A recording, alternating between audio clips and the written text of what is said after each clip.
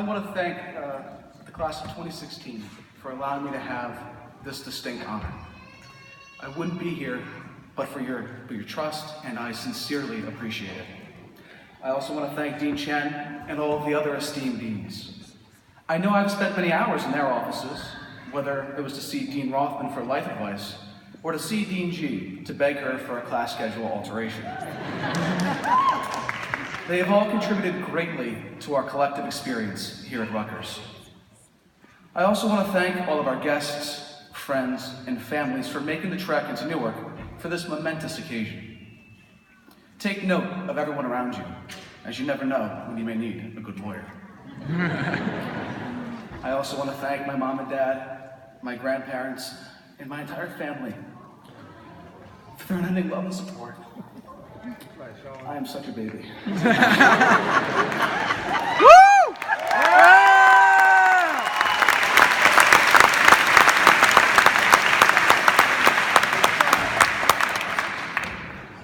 So, when I was first informed that I was given this great honor, of course I was elated.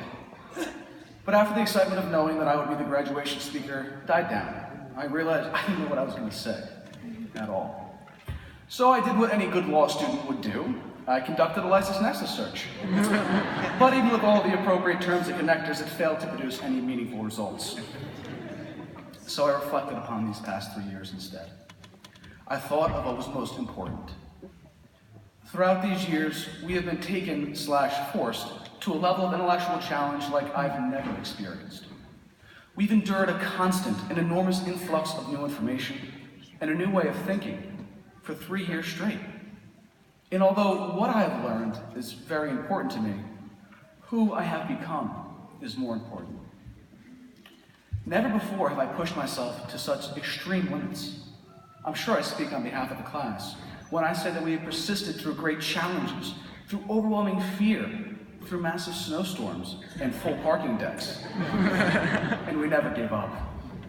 In so doing, we have gained a newfound resilience and confidence that we will take with us for the rest of our lives. In addition, we've made lifetime friendships with our classmates who were merely strangers such a short time ago.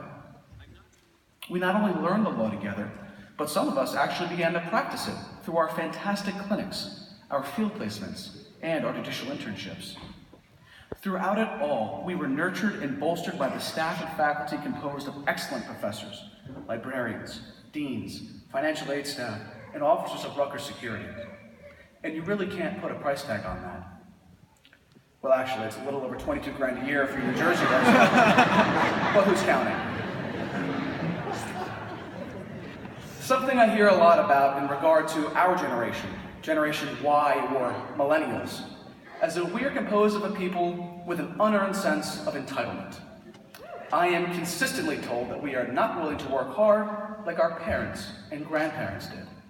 I am further told that my generation is the worst generation people can recall in recent memory. This disturbs me greatly. It bothers me because I stand before a crowd of some of the most talented, hardworking, and driven people I have ever had the pleasure of meeting.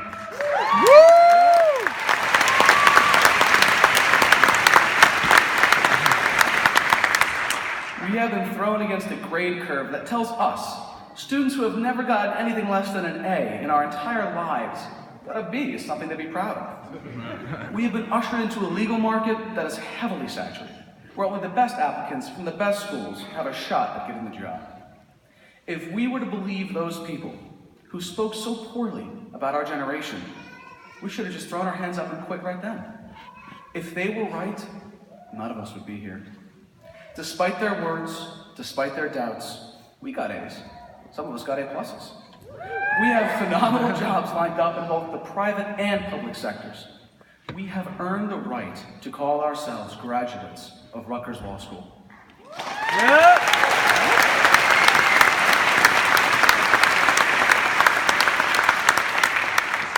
We earned it by giving up seeing our friends and families on the weekends to make sure that the brief we were about to submit was perfect. We earned it by sacrificing sleep to prepare for oral arguments. We earned it by giving up free time to memorize our outlines, especially for those closed book exams. We earned it by giving up our summers to better our communities by doing pro bono work. Throughout it all, from the panic-inducing days leading up to turning in our first LRW brief, to the hectic days of final exams, to this very moment, we will have achieved what, statistically speaking, only 0.4% of all Americans will ever do. Today, we graduate law school.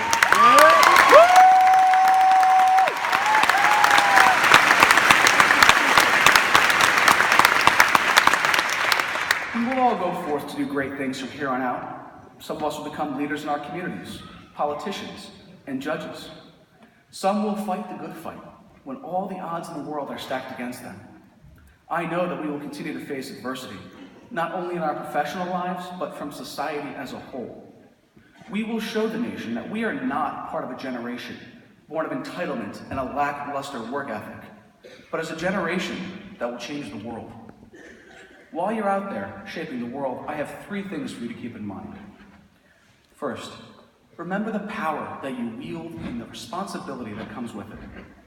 As Alexis de Tocqueville said in 1835, lawyers form the highest political class and the most cultivated circle of society. Now, even though the better part of 2 centuries have passed since he has uttered this phrase, it's certainly true today. We affect nearly every facet of life. From deciding the most pressing and important issues regarding our rights in a free society, to the not so important issues, like why an iron needs to have a warning tag on it that says, "Don't touch this, this gets hot." From the massive to the minuscule, we are the hand that guides the way in which our society thrives. The laws we will help enact, the decisions we will render, and the causes we champion will shape the conversation of this nation for years to come. Make sure it's a conversation that you want to hear. This leads me to my second point. Don't be afraid to fail. Like John F. Kennedy said, only those who dare to fail greatly can ever achieve greatly. Don't let the world or society tell you what you are worth or of what you are capable. Never let other people's opinions define you because, just like Jon Snow, they know nothing.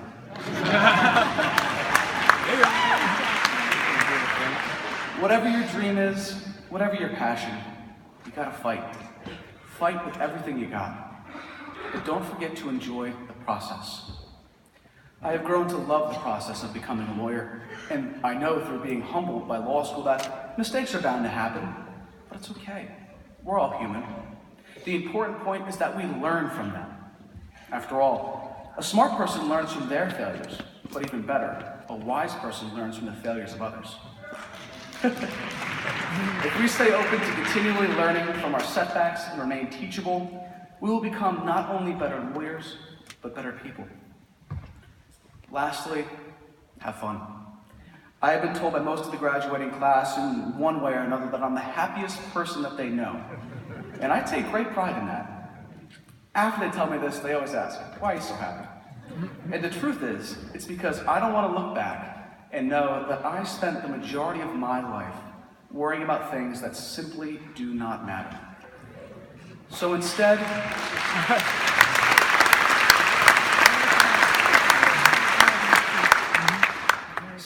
focus on the things that do. Be grateful for having the little things. Build and maintain authentic relationships with the people that you meet.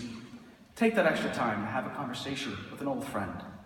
Laugh when you spill your coffee. Don't sweat the small stuff, because life is meant to be enjoyed. Now, as the ink dries in this chapter in our lives, it is time for us to begin penning the next one. I can't wait to see what all of you write. Write it well. Thank you once again for allowing me to be your speaker, and now it's time to celebrate. Congratulations, class of 2016.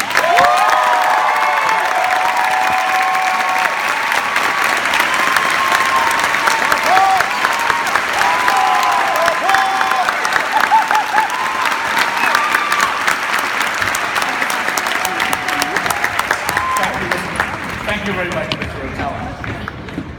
I would now like to